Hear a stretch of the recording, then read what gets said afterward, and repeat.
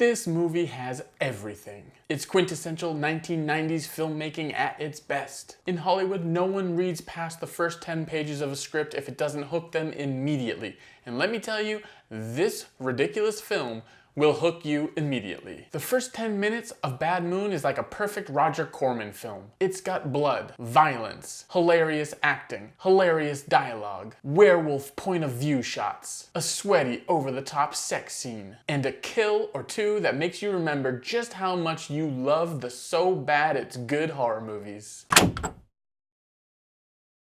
Bad Moon is so much fun. It's written and directed by Eric Red. He's not really a household name, right? Well, he's written scripts like The Hitcher, Blue Steel, Near Dark, and Body Parts, for which he also directed. That's a guy who wrote dialogue for one of the great performances in Rutger Hauer's The Hitcher. And that's 2 Catherine Bigelow collaborations.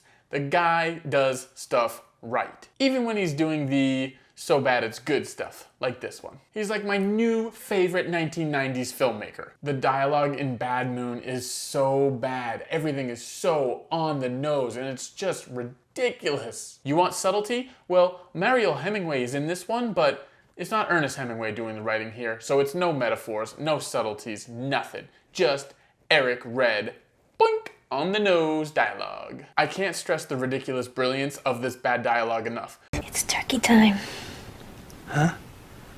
Gobble, gobble. There's not a single human in this film that does any good acting. It is atrocious. However, I have not seen an animal do such an amazing job of acting than this German Shepherd does in this film. Although I do love the bear in The Great Outdoors. I mean, that bear has been in a lot of movies. But let's stick with dogs here. Sticking with dogs here. The amount of shit they make this dog do is astounding, and he delivers every single time. He's going through windows, fighting creatures, dodging cars, showing fear, love, and hate. I mean, I thought the dog performance in The Thing was good, but this smashes that performance to bits. The other great performance is the werewolf in this one, and I gotta say, unfortunately, as good as the werewolf is, this is one of the worst werewolf transformations I have ever seen.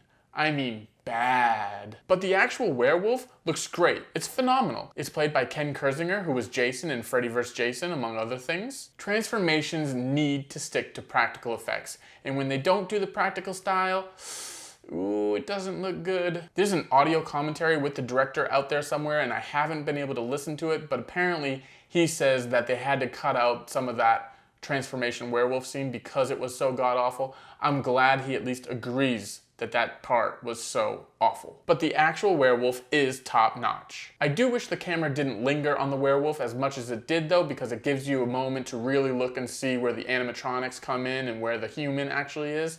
If they just gave us a little bit less, it would have been so much more. This werewolf throws haymakers like goddamn Mike Tyson. He's got an aggressive right hook and an uppercut that will knock your block off. It's a great performance by Kirzinger. This movie is literally 79 minutes and the dog does most of the heavy lifting here. There's one scene that I really wish this movie had though, and if you think about An American Werewolf in London, which is obviously one of the top werewolf movies of all time, they have that one scene where the werewolf just gets let loose and goes all throughout London and just creates absolute mass havoc. That's what this movie needs. It needs that moment where the werewolf just lets loose and goes anywhere and everywhere and kills everything that moves and just creates an absolute frenzy. We don't have that scene. If we did have like a 10-minute scene of that though, then this movie would have been 90 minutes and perfection. The director thinks the guy who turned into the werewolf did an amazing job, but I gotta be honest, I heard that both Robert Patrick and Michael Biehn